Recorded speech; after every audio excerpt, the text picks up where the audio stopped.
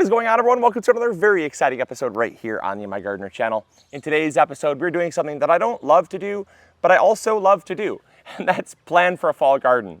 So the reason why I don't love to do it is because I don't want to really think about fall right now. I don't want to think about winter. We're in the most beautiful time for Michigan. It's summertime, and the weather is great, and skies are blue, and we're just having a great time in the garden right now. But if I don't plan for fall, it's going to catch up to me, and before we know it, we're already into late July, we'll be into August, and then before you know it, August leads into September, and then we're into fall. And so if I don't plan for it, it's going to catch up to me, and then I will miss out on a very critical time for us to be growing a ton of food right here in Michigan in our garden.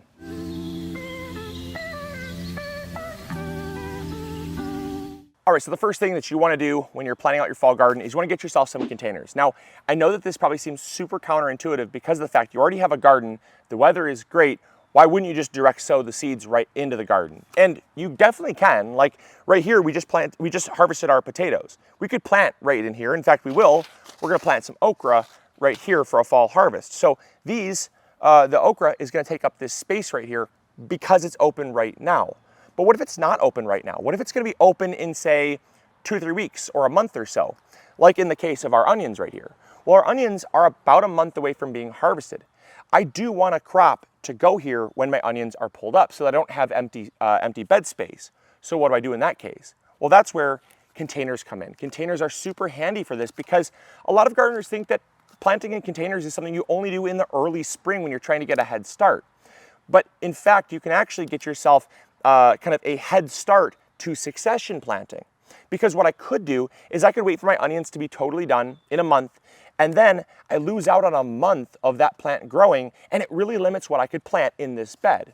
So for instance, if I wanted to plant something like onions, again, right, some bunching onions, that might take 75 days to mature.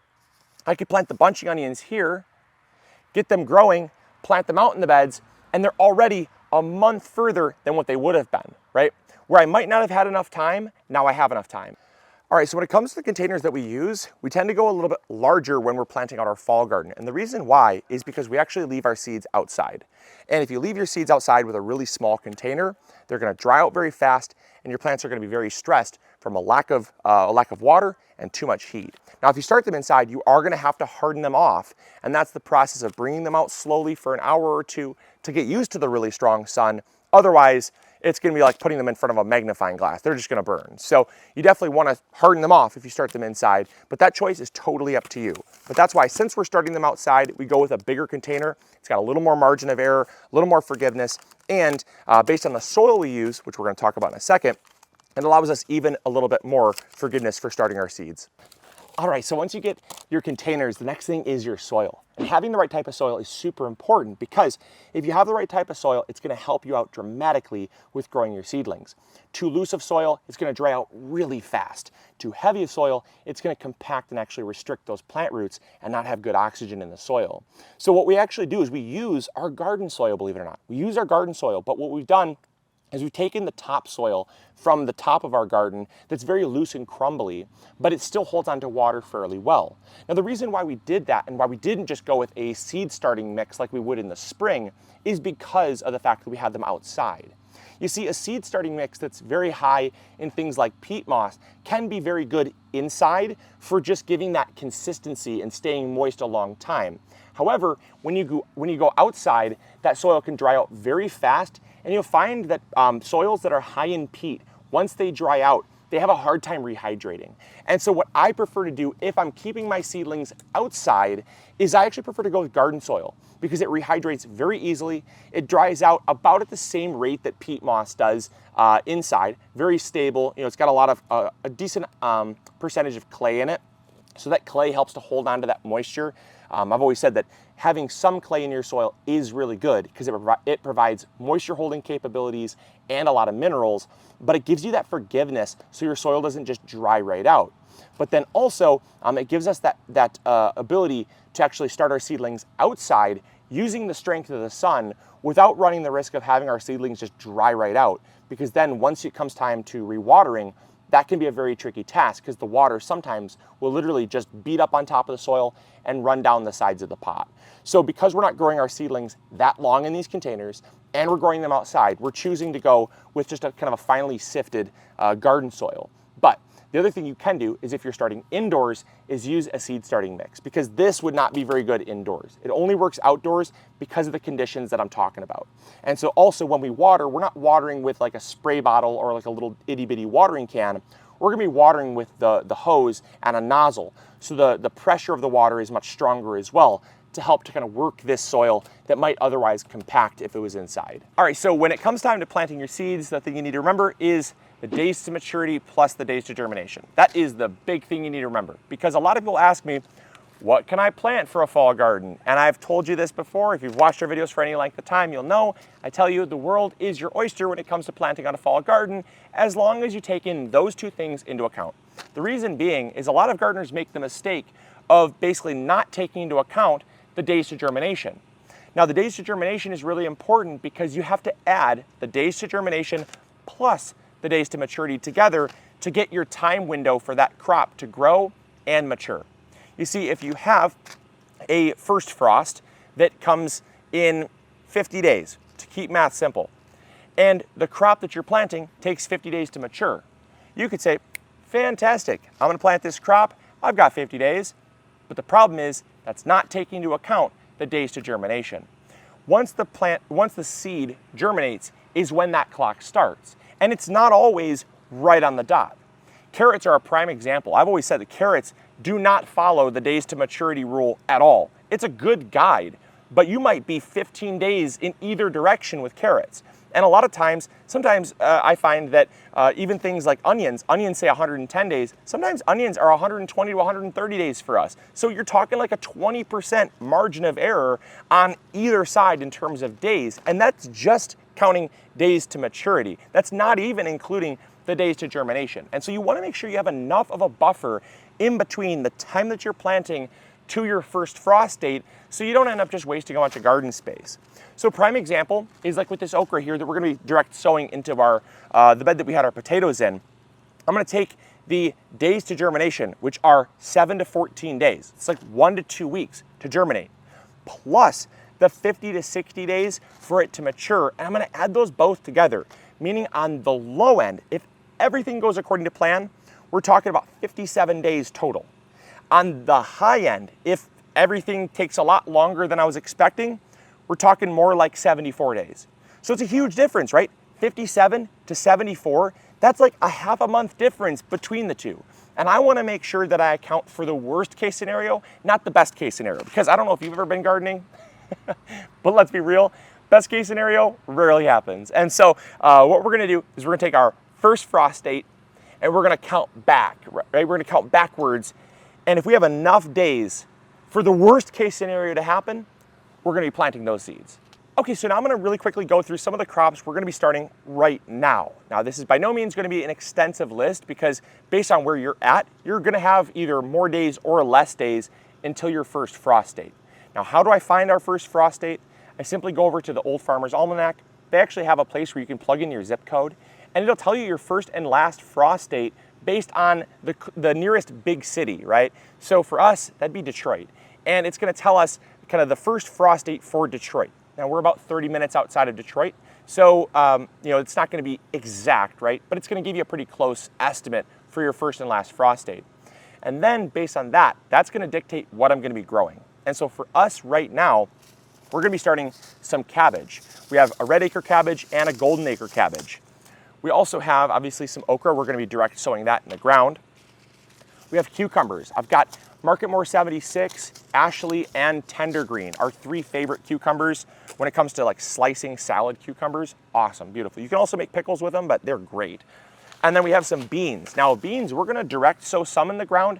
We're also gonna start some in containers. The reason why is because sometimes I find that beans, when direct sown in the ground, don't always have the best germination rate, simply because they're very prone to rot and other bugs and pests. They're very poor at germinating.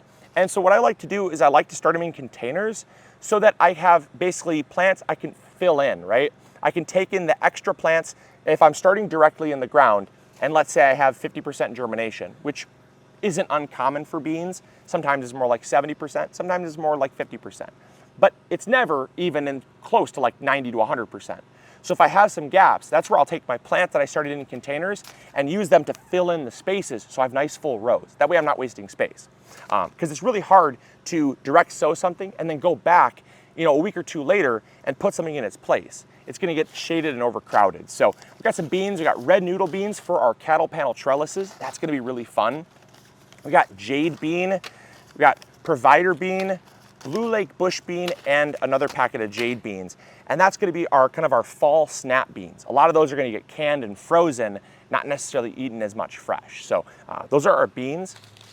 Then we have Swiss chard. We got lots of Swiss chard. I'm gonna be following up with a ton of Swiss chard in between our tomatoes and probably somewhere our cabbage is gonna be. We're harvesting that pretty soon. We're gonna be putting a lot of Swiss chard in the beds because it can take the heat, but it can also grow well through fall, even into winter, which is awesome. And then we have some Calabrese broccoli. Fall broccoli is great here in Michigan. If you've never tried fall broccoli, I'd recommend trying it because in the spring, it gets way too hot, way too fast, and it ends up stressing the broccoli to go to seed. And a lot of people say, my florets on my broccoli are like this big. What'd I do wrong? It simply got way too hot, way too fast.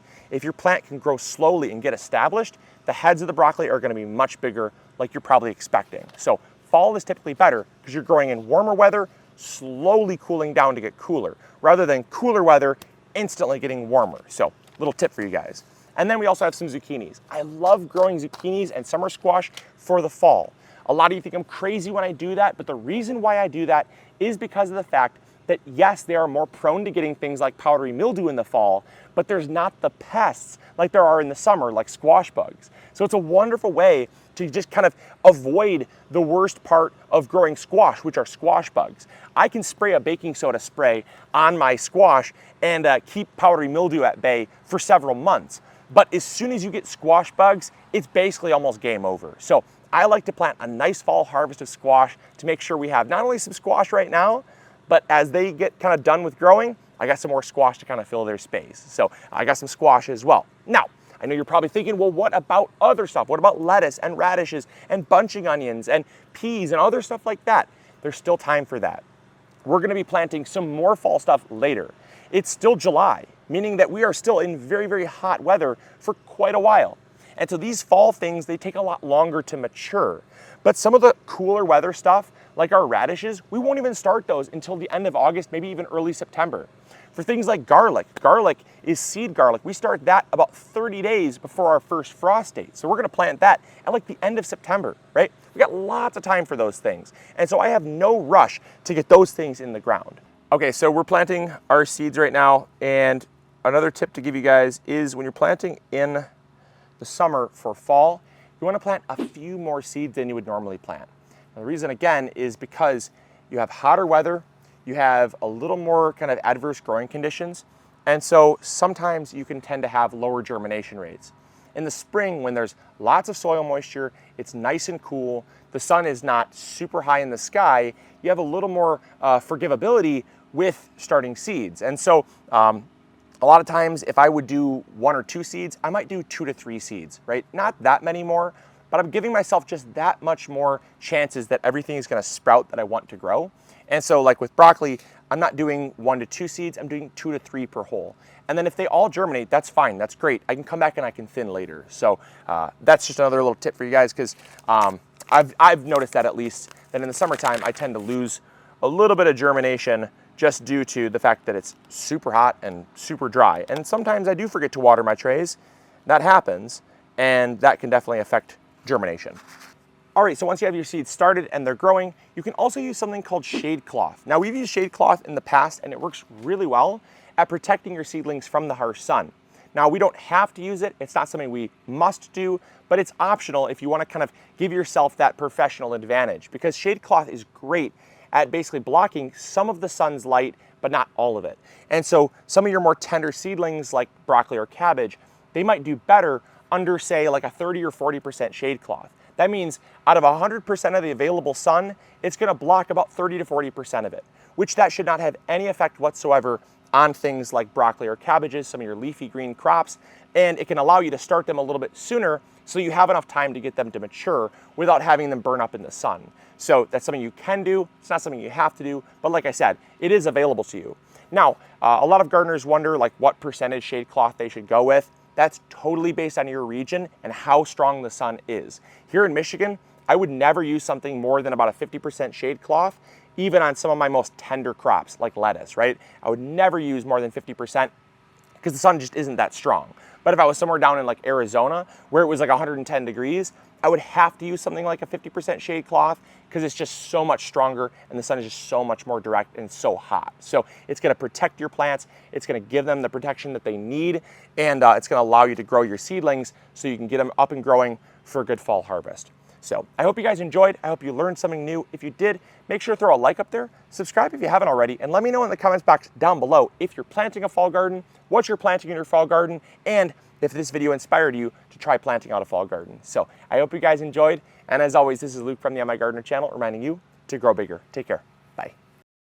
We should do an ASMR video. We're like, today we're planting seeds. We're planting the Calabrese broccoli.